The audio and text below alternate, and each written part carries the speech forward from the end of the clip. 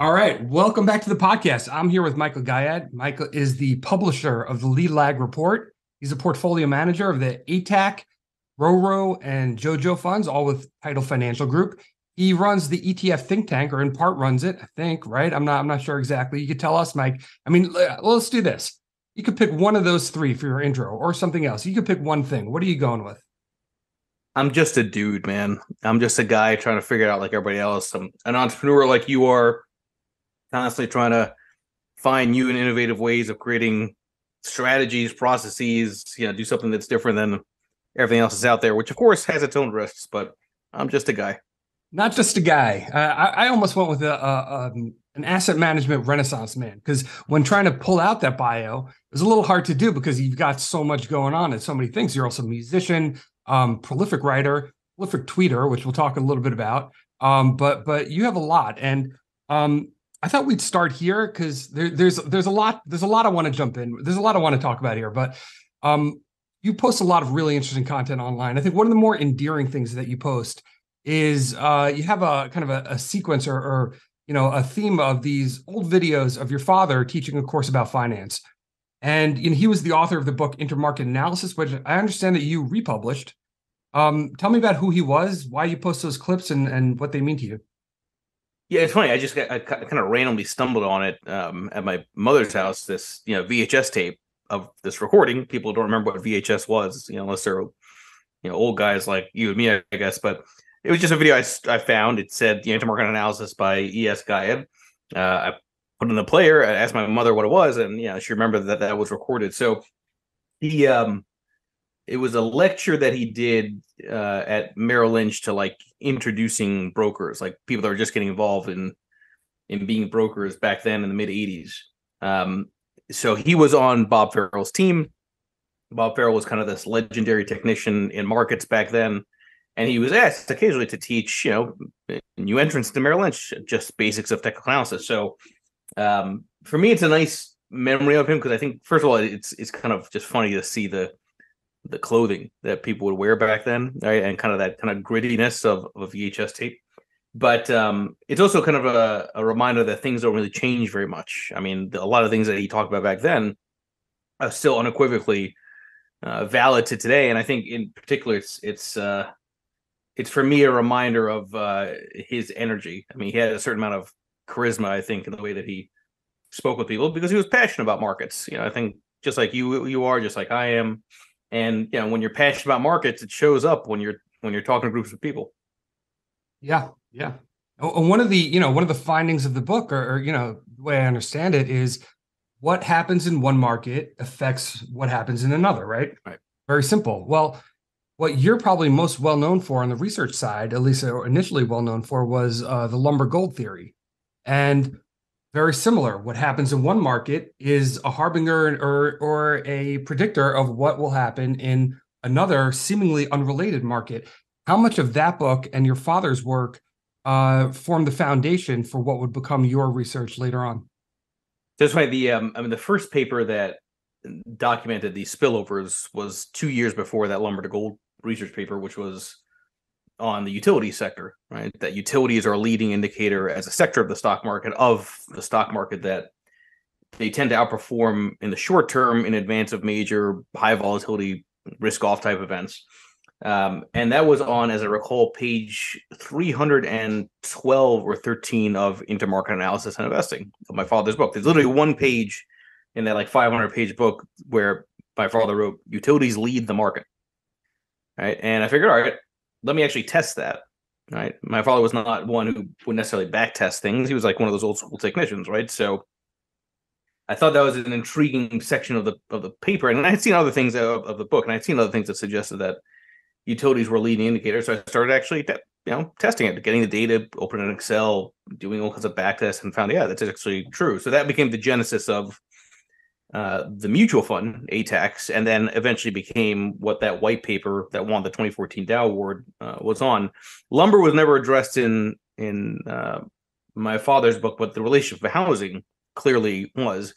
I always go back to kind of that point about the spillover of asset classes. It's not, it shouldn't really be that surprising. I always use this example of recent history. So oil peaked in early June of 2022. 10-year yield peaked for treasuries in October. Oil moves before bond yields, and that should make sense because as oil prices rise, that's a form of cost push inflation. So if you're a bondholder, you have to start demanding more yield. Yep. So there's a spillover of the movement of oil as a form of inflationary pressure to the bond market. But the key thing is that it doesn't happen right away, that there's a lag, right? So that's sort of a classic intermarket analysis spillover type of dynamic that some parts of the market, as you noted, will tend to, on average, move in advance of others. I'm sure you see that in real estate, in commercial real estate, in housing, right? There's all kinds of leads and lags, which is why I think calling it the lead lag report and making that sort of my persona, I think with the benefit of hindsight, is really purely based on intermarket analysis and a lot of the work that my father did. That's interesting. Yeah, I didn't know that. I never thought about where lead lag came from. That's pretty fascinating. I mean, tell me a little bit about lumber gold. I mean, it's such non-intuitive. I mean, when you hear it, it's not something that you would immediately up with. And the dichotomy, I love, one of my favorite things is when everyone did the laser eyes. All the Bitcoin people on Twitter put laser eyes, and you had lumber on one eye and gold on the other. And of course, just visually, lumber and gold are polar ends. Just explain to me the idea from a high level. I mean, it's I always joke, right? Like people that say that I focus so much on lumber, like it's like I'm obsessed with it. And then I ask them, well, are you tweeting from your house? And it's like, that's the spoiler alert moment, right? So just like when people say that copper has a PhD in economics because of the link to industrial production, lumber has a PhD when it comes to the biggest asset for most people, which is their house. And the average house has around 16,000 board feet of lumber. Lumber is not based on my studies, based on other studies, extremely correlated to housing starts, which makes sense, right? Because if you're going to build a house and you're going to build something from the ground up, you got to get that which is going to be used for framing, right? To hold up the internals, right? Which is what lumber is. And there's this kind of interesting tail, right, in terms of the lagged effects. So typically, before a house actually is built, it's about like a 4-month lead time to get lumber and then have it actually be used. So if you believe that housing is a leading indicator of the economy, you have to believe that lumber is a leading indicator of the economy, of markets, of credit creation, because of what houses mean to the financial system and contraction as well. To your point about the polar opposites, gold, I always go back to, most people have no goddamn clue what the gold moves off of, right? People will say it's an inflation hedge, it's a deflation hedge, it's all this stuff. A lot of other studies show that gold doesn't really correlate to very much, except these kind of high vol sequences in equities. In other words, that gold, like treasuries, like the dollar, tends to have that kind of flight to safety behavior for a moment in time. So you got lumber, which is very cyclical. You got gold, which is non-cyclical, more of a risk-off play. You compare the two to each other, the polar opposites. And it turns out it actually tells you a lot about volatility, about risk dynamics. Now, this is really important. And this, having been in business a long time too. You can be right in a thesis, but depending upon how you're executing on the thesis, have wrong results, right? We deal in probabilities. Everything is probabilities. So a strategy or a signal that gives you a high batting average is not going to be 1,000, right? Look, I launched, because I think I know where you're going with this. I launched a strategy, the reverse cap weight strategy, which outperforms equal weight every year. That equal weight outperforms market cap weight, which at the time that we launched the strategy, now it trades under Arrow Funds under the ticker YPS. This thing, we went back 35 years, it had a 65% batting average. 65% of the time it outperformed. There's no guarantee, but it'd be nice when you launch to start with a good year. We launched this thing right into the FANG run of 2018, 2019, 2 years, it was in fact the worst 24-month period of this strategy ever. That in the 35 years of data that we had. We even had data that went back like tonight, but it wasn't complete data, so we couldn't really use it. But I mean, this was a strategy that, probabilities is very strong. And sure enough, after that run, we start to see some normalization and some mean reversion and strategy starting to work. If I had a fund that had 20-year sample and then to have a down year, okay, it's no big deal, right? I mean, it happens. Look, treasuries are down, like 30% last year. If you launch a new fund starting, even though we're dealing with probabilities, right? Then, if it happens to come up on the wrong side of the coin, it could be pretty devastating to a new fund launch just because of investors, the way they, their own biases, and look, people want to see it. They want to see for themselves that these things work, and it could be very difficult from a marketability standpoint, once you've launched into a hole, which, when what Annie Du calls it resulting, right? You make the right decision, you split aces at the table, and guess what? You lose both. And it turned out to be the wrong result, but it was still, in fact, the right decision. Same thing in our business all the time. And you see this happening constantly. All we can do in this industry, in this business of asset management, all we can do is tilt the odds in our favor. Try to find edge somewhere, exploit the edge, tilt the odds in your favor. And the results are the results. Yeah, so there's a lot to unpack there, which I think is spot on. And your experience is not that dissimilar from mine. So, my first foray into this was my mutual fund, right? So I launched that quite literally to the day before quantitative easing 3 began. Okay, September 10, 2012. Okay. So the entire premise of the concept is risk on, risk off, which means risk off means left tail risk. There's some volatility, pulses, some downside. But then on top of that, the risk on side was to try to play, or it still is to try to play relative strength that would hopefully persist in small caps and more in particular in emerging markets. Okay, well, prior to QE3, prior to the launch of the mutual fund, you had volatility, right? You had these risk-off pulses, you had corrections. Prior to QE3, you had emerging markets basically be a levered play on U.S. markets, meaning if the S&P was up 1%, take the EEM, for example, emerging market ETF, it'd usually be up like 2%, just a more levered way of playing risk on. Here comes QE3. I launched the mutual fund the day before it. What happened with zero interest rate policy and quantitative easing 3? Almost no left tail risk, very smooth equity returns. To your point about FANGs, this kind of concentration in large caps for where all the momentum goes, and emerging markets suck, which means you get whipsawed like hell trying to play a risk on. That was launched in the exact wrong cycle. It was literally the end of the cycle that I had done all the testing on, and the start of one that lasted for far longer than people thought, where the S&P was the only game in town. So a lot of your experiences I lived through myself, and this is where I think a lot of people who are not in the business, not in the industry, they can't possibly appreciate this dynamic. The truth of all this stuff is that nobody can control performance. I don't care if you're the best trader in the world. I don't care what your strategy is. I don't care what your theme is. Nobody can control performance, right? Because nobody can control the cycle that you launch that strategy trying to perform under. Well, if you happen to launch in a small sample period where the cycle is not favoring your approach, like was the case with you, or has been the case for me in a lot of ways, and you've got to raise assets, and people are so myopic and short term, and they're unable to see that they're living in the small sample. They can't possibly understand the long-term data because all they're seeing is the here and now. It's hard to survive, and it's actually very difficult, I think, on the man in the arena or woman in the arena, on the entrepreneur, to accept that, right? Because you can control your effort, but you can't control the outcome of the assets because the performance isn't there and nobody can control it. It's just a function of, I hate to say it, but luck in terms of when you launch. Yeah, no, huge factor.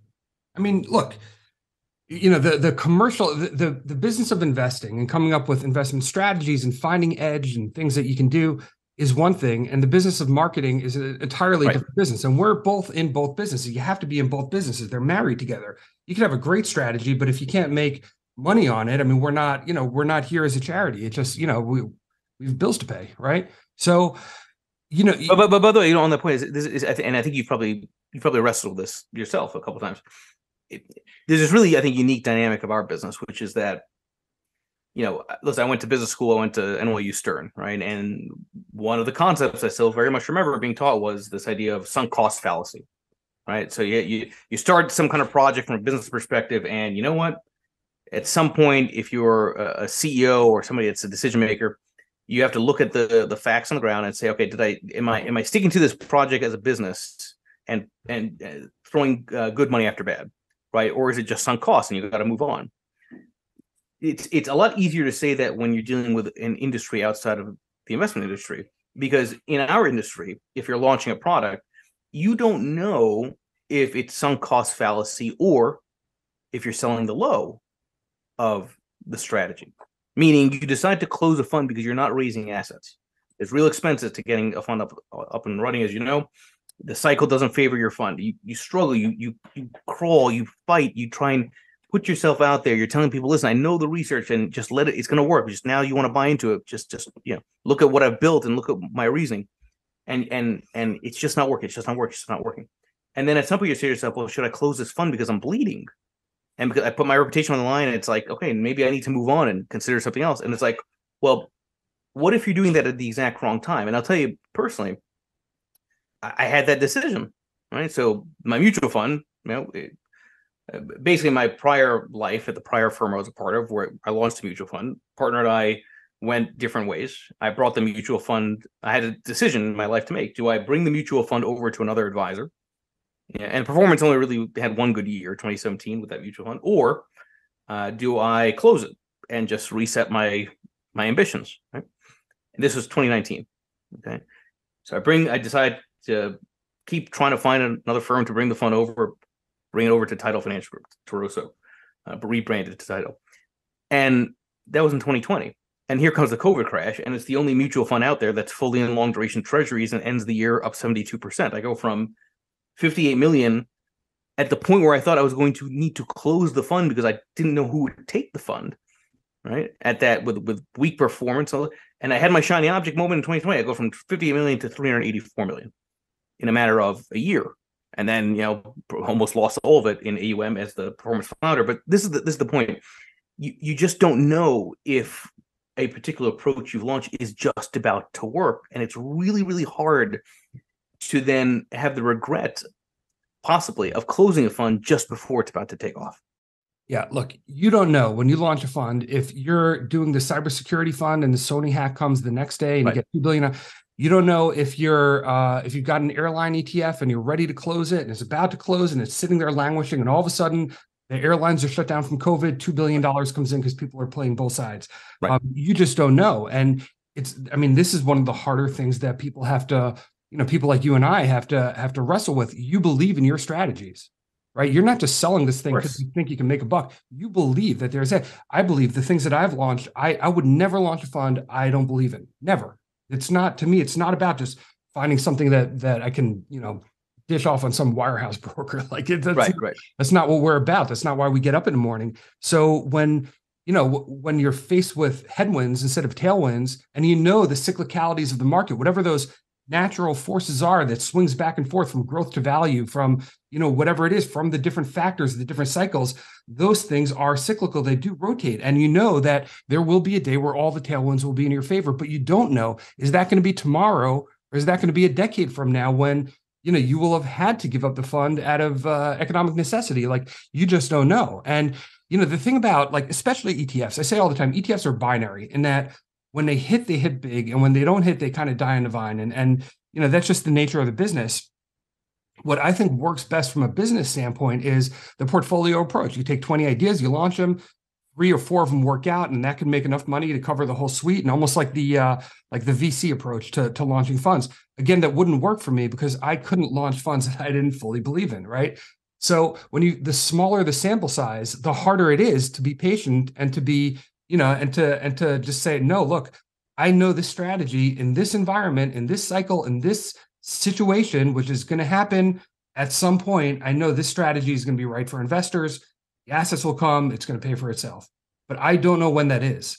And you have to go to someone and say, hey, here's my business plan. You might be funding this thing for 5 years with no return, or we might be, knocking the cover off the ball next year. We just don't know. Right. And so to your point, it's a hit business, but unlike, writing a book, I mean, there's a real cost to it, right? In terms of actual hard dollars, but also in terms of just pure effort, right? Look, it is very hard in general to raise assets, right? Unless you have really stupid performance, right? I mean, that's why the mutual fund did what it did in terms of AUM growth.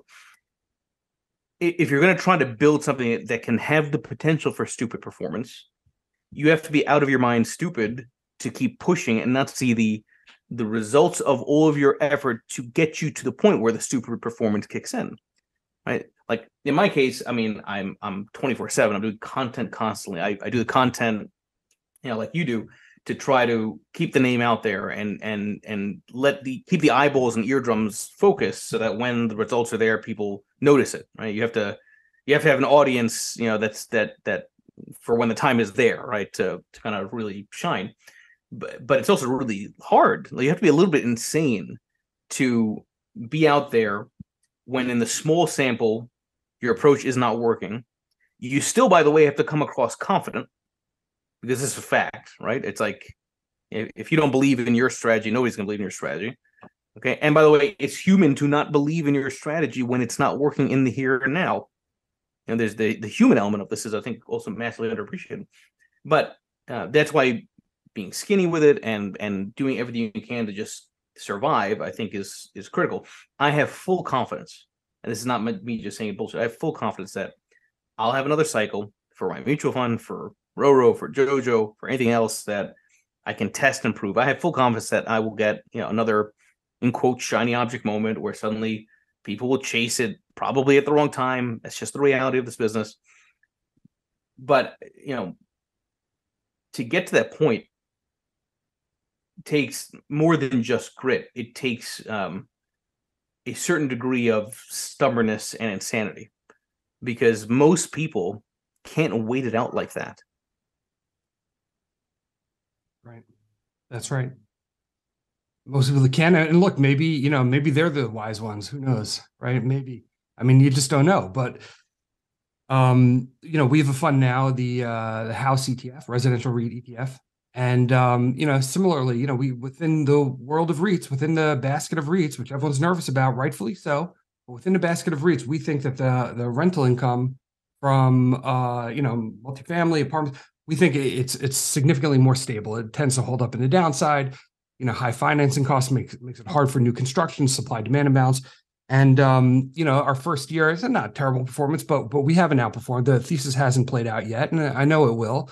We're very bearish on data centers and cell towers and some of the more tech correlated REITs. And, we think that within REITs, you want to be in real estate. You don't want to be in real estate-ish, right? So, we think this fund will have its day as well. But a lot of the same things. When your sample size is 1, the fund's been out for 1 year. When your sample size is 1, that 1 year performance is very, very important, right? It's the only thing you have to go on. And even if over the long term, based on where these things are valued today, their valuations, based on our economic thesis, based on our 10-year forward, we know that this is a great investment. Everyone wants to rear view mirror it, right? Everyone wants to look in the back, and it's just it's tough, but it's also part of the fun is that we get to be forward looking, right? We get to keep our eyes on the future and the vision and the reasons why we launch these things, and your strategies are based on very strong research. There's a very good. So when you have those doubts or when the performance doesn't back up what you think, it's easy for you to remain focused, to remain confident, to know that you're going to have your moment in the sun, because it's based on something real. It's not just some thing that you threw out there for shits and giggles, or that was just half-assed, just kind of put together. That there's real research behind it. There's a real idea there, and you're trying to give people that idea for the benefit of their portfolio. So it allows you to be a little more stubborn. It allows you to be a little more confident. It allows you to sacrifice in the short term. Okay, so I'm losing money on these things, and it's hard right now, but I know it's going to pay off. It's easier to do that when you know that the reason why you have this fund out there are the right reasons. Yeah, and it's interesting. In you may have seen some of these studies too, but this point about the luck of when you start, right, and the cycle that you're operating in. Don't quote me on this, but I remember, and I'm pretty sure you can probably quickly Google this, but if you look at those that graduate into a recession versus those that graduate into an expansion for the exact same kind of job, the exact same kind of skill set, those that tend to graduate into recession, their lifetime earnings is something like 20-30% less than the same kind of individual, the same kind of skill set, and the same kind of industry, same kind of job graduating into an expansion. Huh. Well,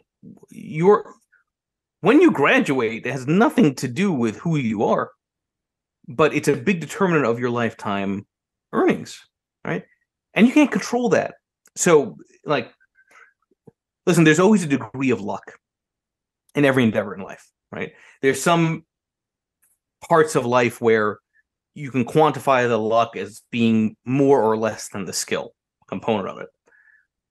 In our industry, the timing of the launch of something is almost entirely luck, which means the asset growth is in the beginning largely luck, which means the survivability is also largely luck, independent of how great a particular strategy may ultimately be over the long term. And it's really hard for most people, unless you're in the industry, to understand, intellectualize that. A lot of people will go after strategies which launch and it flopped out of the gate. No, it flopped in the small sample. Right. Like, let's frame it properly and, give everybody a chance, because it's their name, their reputation, and their money that's on the line as the entrepreneur. Yeah. Oh, yeah. Yeah. I'm very surprised about that statistic about lifetime earnings for people who start in a recession. There's this great stat put out by the Kauffman Foundation talking about companies that were formed during recessions or bear markets, and significantly more successful companies were started during those harder times. And I always think about that, because it's like, I would have thought that the lifetime earnings for the people who started in a recession would have been higher, because they had to fight so much harder to get their jobs. They had to, prove that they were afraid of losing they weren't, these people putting on the TikToks a day in the life of a Google engineer. I had my latte and then went to the pool and whatever nonsense, right? These are the people that get hired during a recession are, I'm gonna prove to this company that, I'm worth it, that I'm making money for the company, that I'm a great employee, and they're going to work a lot harder. That's how I would have thought, but I guess not. No, I think what it is, what ends up happening, as I understand, as I recall from those studies, is that those that graduate then take much lower positions than they are qualified for, because they got to get some kind of income. So that sets them back in terms of moving up the right. Exactly right. They're starting from much lower rung on the ladder. Right. Yeah. Well, the cycles do shift, and we're both young enough. We're gonna have plenty more ideas and plenty more swings at the plate, and that's we're getting more at bats. At some point, I don't know. Yeah. That's the thing. It's like you said, correctly. It's like at some point, it's like, look, the only thing we can say with confidence is that every day that goes by, you're closer to some kind of cycle change that hopefully favors your approach.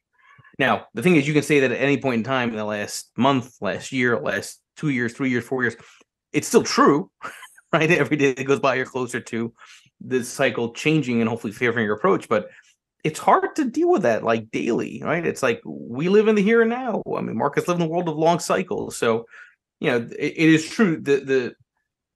I do believe survivorship bias is so much higher than investors realize. More than just the data of individual stocks, not just survivorship bias when it comes to strategies and vehicles. And I get it. That's why most of the big companies, right? What do they do when they want to launch a fund? They pretty much launch a closet beta, cheap beta type of product, because if they happen to launch at the exact wrong time, something which has very different returns than the S&P, it's dead in the water for a while, and then some executive who's not an entrepreneur is going to say, "Well, this thing's not working. Why not just close it?" Right? I mean, that's the other thing too. I think it's like you almost have to have a. I think if you're going to launch a fund, an ETF, mutual fund, whatever it is, you have to have the real decision over when it closes, because if there's somebody else who doesn't understand this stuff having the final say, that's going to be a disaster. Yeah, 100%. And you want to talk about survivorship bias in the fund world? Take a look at this for a fun little afternoon. Count how many, I'll say, Cathie Wood-like funds there are now, ETFs. How many, high tech or thematic funds, that would have performed well over the past 10 years. Yeah. Compare that to how many value funds are left, or active value funds in the ETFs. It's amazing. There are very few differentiated real value funds anymore. Very few. It's incredible. It's terrifying, really. Given and then, by the way, we should think, because actually, if you think through it, it's like that's why these cycles happen. Okay, so value ends up not working for a decade plus, right? So now there's less funds and managers focusing on value because it's not working. Okay, so if there's less money chasing the strategy, or it's chasing the factor, well, or the anomaly, doesn't the anomaly have to get bigger because there's less money that's trying to take advantage of it? That's why these cycles exist. You have to have saturation and then rejection and removal of active players for it to be appealing again, right? And it's because everything acts with a lag, and investors act with a lag in terms of when they allocate. That's why these things exist. Yeah, that's right. Want to talk Twitter? Yeah, why not? All right. So I think to be successful, this is my opinion. How many followers do you have? 740,000, but I don't know how many of those 740,000. are real, by the way. I don't know how many are real in Could you Twitter in count general. to 740,000 in one sitting? Bleh, That's a lot of I people. just did. Yeah. It's a lot of people. You've got a huge audience. I mean, that's like an unfathomable amount of people. Every time you say something, you're speaking to all these people. I've got like 20,000 people, and it blows my mind. I don't know how there could be that many people interested in what I have to say. It's kind of funny to me, but like what I found, and I'd say you're way more advanced than me. You're way better at this stuff than me. But what I found is to be good at Twitter, right? To be successful on that platform, you have to be authentic. And that's one of the main things. But also what you've done is you are, I think, very authentic on Twitter, but you're also very systematized or process oriented. Like you have a certain cadence to what you do. How do you think about it? Do you think about it as like this is like a process? This is part of my daily workflow. This is something that I'm going to hack. I'm going to do. I'm going to do a meme on Monday. I'm going to talk about CPI. I'm going to talk about this. I'm going to talk about this. These are my topics. I don't veer out of them. Or do you? Is it just creative and spontaneous? I mean, how do you approach it? I mean, it's a combination of the two. So on the point about the number of followers, first of all, you have to view it like a business, and it is a business. I mean, the Lead Lag Report is a part of a company that I'm the sole member of, which is Lead Lag Publishing LLC. All of my social media is around, that research. Which, yes, it's me visibly, but it's a company, right? So which has its own revenue stream, has its own expenses, has people as a part of it that have hired to help me create thumbnails for YouTube or edit it or whatever it would be, right? So it's more than just me. Is my point, right? It's even though I'm obviously the face and the sole owner of the company. So yes, there's a degree of regularity because I have a to-do list, and every single day I go through that to-do list, which includes uploading a YouTube video, put a tweet out, put a thread out, whatever it is. So it's like kind of like brushing your teeth, right? You've got to be disciplined and have a degree of regularity. The spontaneity and the tone is something that, let's say, has evolved over time. So this is also what I think is, I think I was kind of forced to move in that direction. But listen, the funds that I manage that are rules-based, that would run the exact same way if I died tomorrow, right? Had this horrible drawdown last year because they all rely on treasuries, okay, to be the safe haven. Okay, how do I get people to pay attention? How do I keep the interest and eyeballs and attention on me, on the research, and hopefully the funds by extension when in a big drawdown? Well, you have to be, I hate to say it, loud, obnoxious, entertaining, maybe even a little bit annoying. Yep. In other words, there has to be almost this persona just to keep, because otherwise it's like, why would people pay attention? Oh, here's this fund manager that's got this down so big. Why do I care about this, following this guy? So you've got to do something different, right? You've got to actually make people pay attention to the person as opposed to the results that the person's not able to control. So that's when I started pivoting to more the sarcastic, loud, cursing, all the stuff that, which resonates really well on Twitter. It's like, I could never do those kind of posts on Twitter, on LinkedIn, right? Or and certainly doesn't work on Instagram and YouTube. I don't think so either, right? So, one is like you have to have a certain amount of discipline in terms of putting content out there. Two, you have to recognize the content has to work for the medium and the type of people that are on that medium. And hopefully it becomes a little bit of an anti-selection process, right? Meaning those that like or retweet data that I show about the interaction of treasuries to stocks, they'll be accepting and say, you know what, let's give this guy the benefit of the doubt. Maybe he did launch his funds at the exact wrong time. Those that would insult or critique who have never launched funds, who don't know under any of these dynamics, good, I'll remove them from my life because I'm not going to be able to do anything with them. So there's a nice filtering process, I think, by being loud and aggressive, right, when conditions warrant. I think one of the differences between me and you on Twitter is I think I don't really like, occasionally I don't get that many nasty people. I don't know. I don't block anyone. I have zero block. I don't get that many nasty people. Sometimes, once in a while, if I do, I usually have some fun with them. Sometimes I'll go back and forth if I'm not doing anything. Sometimes I won't. I don't let it, to me, I just don't let it, I'm a sensitive person. If I meet somebody in person and they insult me, I'll carry that for days, right? I'm not Yeah. like, one of these like totally thick-skinned people, but I've somehow been able to separate. Like on Twitter, I just kind of disassociate. I'm like, all right, this is the game I'm playing. Treat it like a game. It's a game, I'm having fun. There's jerks on there. There's all kinds of racists and creeps and all sorts of stuff. Okay, whatever. They're out there too. It's not my job to police everyone. If someone wants to say something nasty, they say something nasty. Okay. I haven't had like a true harasser, somebody that's like really on me. Yeah. I have had something, but I think, and I might be wrong, but I think that you really do take it personal when some random account posts something. And I think that's a shame. I wish you wouldn't. Like I hate to see you like your experience on there, because you're funny and you're interesting and you've got great content, and I just hate to see it affected by these other people that's what they're trying to do. I mean, they're trying to take they're trying to get it right. But jealous. That's where for sure. But what I would say is I do think like when I retweet with a comment and I like point out somebody is saying something which is like just absurd. It to me, this sounds strange, but I do believe everything's a teachable moment, right? So one, I do believe there's something to the saying that the one that wins in a fight is not the strongest, it's the craziest, right? So it's like, you're going to come at me, as a small account, I'm going to come back at you as a large account. Like, I'm a human being just like everybody else. I mean, that's just part of my persona as somebody who's a fighter, which, by the way, is what keeps me stubborn with my funds. It goes back to, it's the same personality trait, right? That keeps me adamant about wanting to keep the funds going, even with a drawdown. It's like, I'm a fighter, right? I mean, my father was the same way. He came from nothing and built a life from Egypt to here in the U.S. with owing $200 in his pocket. You don't do that unless you're a fighter, right? So I get that from him, right? So one, I think it's a teachable thing. Two, I will tell you, I suspect, and this is why I think Twitter's actually, it's interesting to see how Twitter's evolving over time.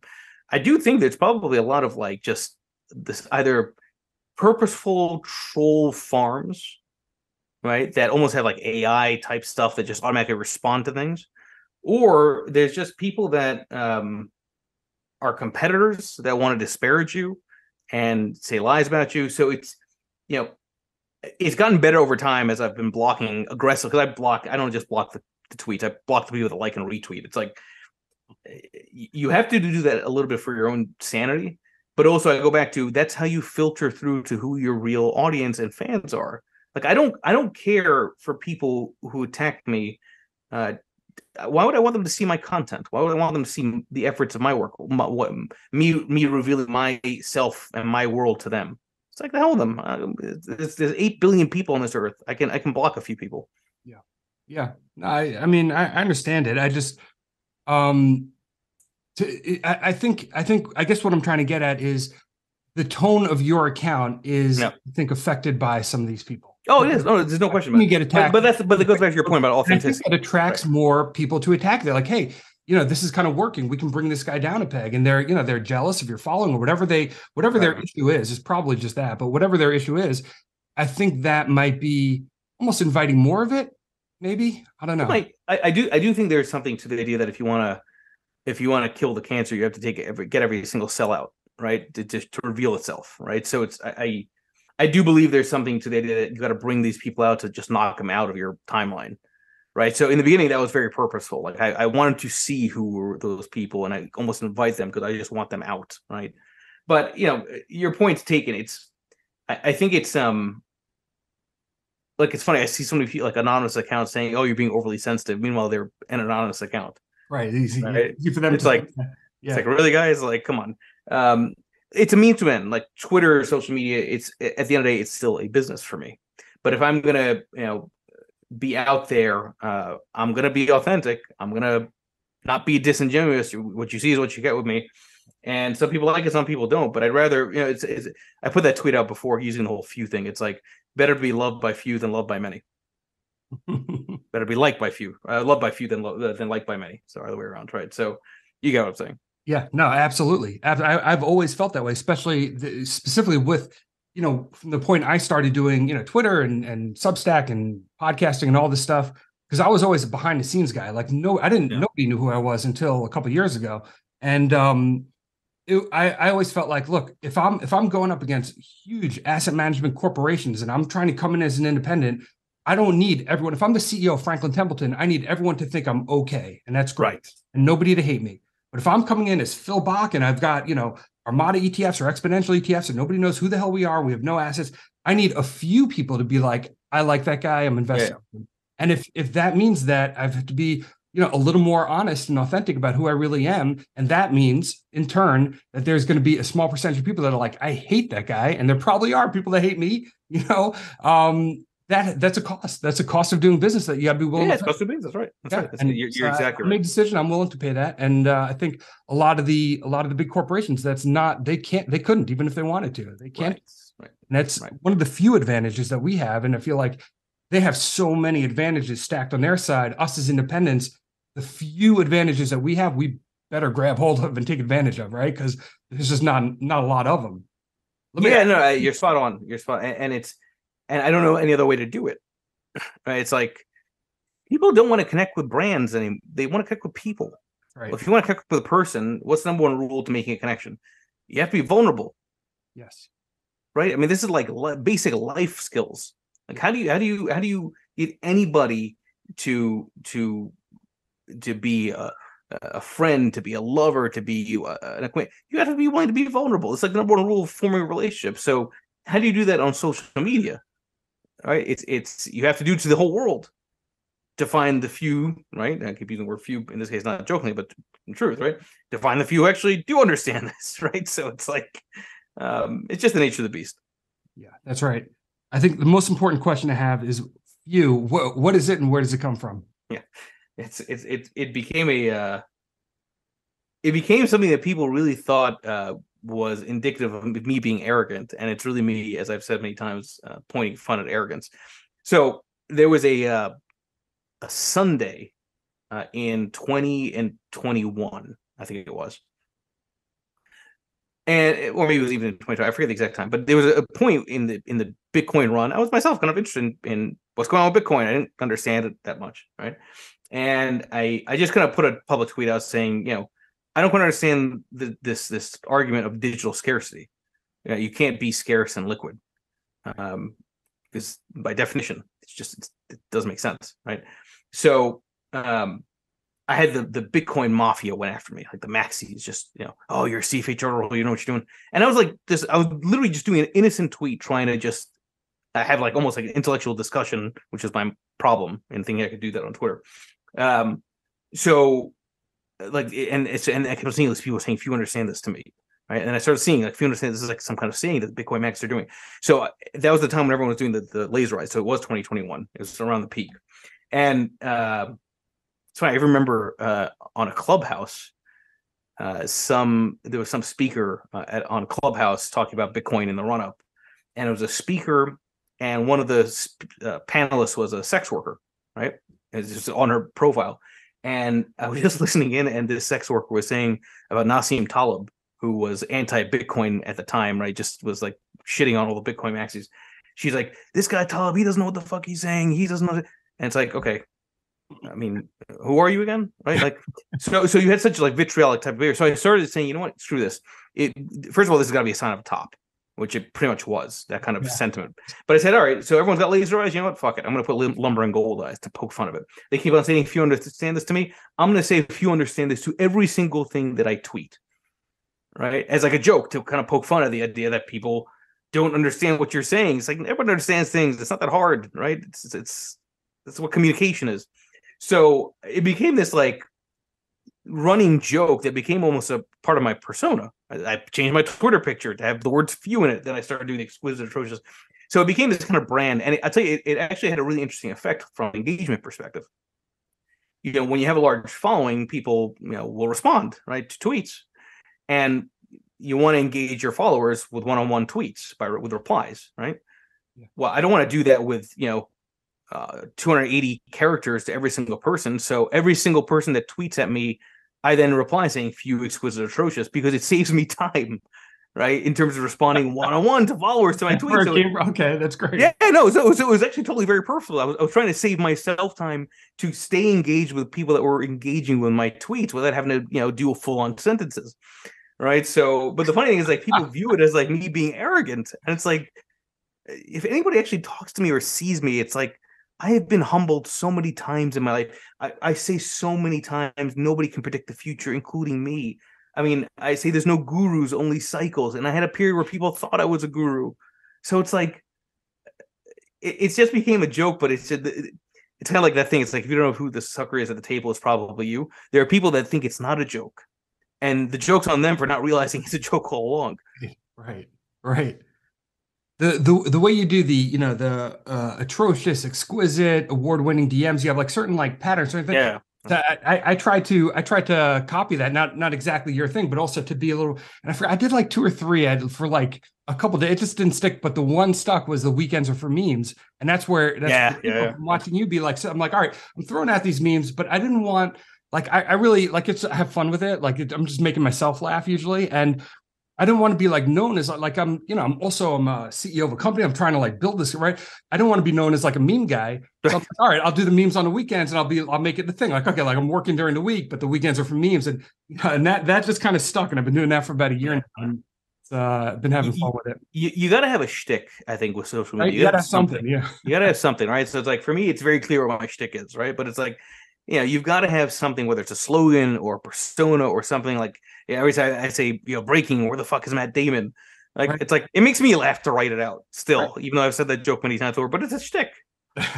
That's right. That's exactly. You got to have a shtick. You got to have something. There's so many people on there, everyone wants to be the guy getting retweeted. Nobody wants to be the retweeter, right? Everyone wants to be the one with the big voice. And I think that's why there's a lot of tension on there. And that's why there's probably a lot of attention directed at you, because you're winning at the game and a lot of people aren't, and they're frustrated about it. I think that's a big source of it. So I would, as much as you can, it's hard to, but as much as you can, try to take it as a compliment. Yeah, I appreciate that. If you understand that. All right. Where can people find the fund? Where can people find Lead Lag? Where can they do more with you? Well, I mean, I'm hopeful people start following more on YouTube. I mean, I've gotten some good momentum there, only because I am for whatever it's worth, I am legitimately concerned about Twitter's long-term viability with what the shenanigans and the bots and all the stuff. But Twitter's the main one at Lead Lag Report. YouTube, I have my own podcast, just like you, Lead Lag Live, but hosted through Twitter Spaces primarily. But I'm accessible. I mean, I do think, and you can probably relate to this too. When you're an entrepreneur, you got to talk to as many people as possible. Like, go back to this point, every relationship is a lottery ticket. So I will do my best to talk to as many people one-on-one as well, as long as they're willing to listen to me. That's why my days are so full of calls. Whether it's some college kid that's looking for advice or a high net worth individual, I'll talk to anybody and everybody one-on-one, because you never know how you might help that person and how that person might help you. And I think that mindset is what helps with the survivability, which is so critically needed when you're launching a fund. Yeah, no, that's great. That's great. That's great advice. And I think that's a great mindset. Thank you for coming on and for talking about this stuff. Thank you to the audience for your time and attention. We'll be back soon. Thank you for listening to the Phil Bach Podcast. If you enjoyed the show, please take a moment to drop a review. This show was published for entertainment purposes only and is not investment advice. Please contact a licensed professional before making any investments. Some of the securities discussed on the show may be owned by its participants. Opinions expressed on the show may not reflect those of their employers. Stay hungry and stay foolish.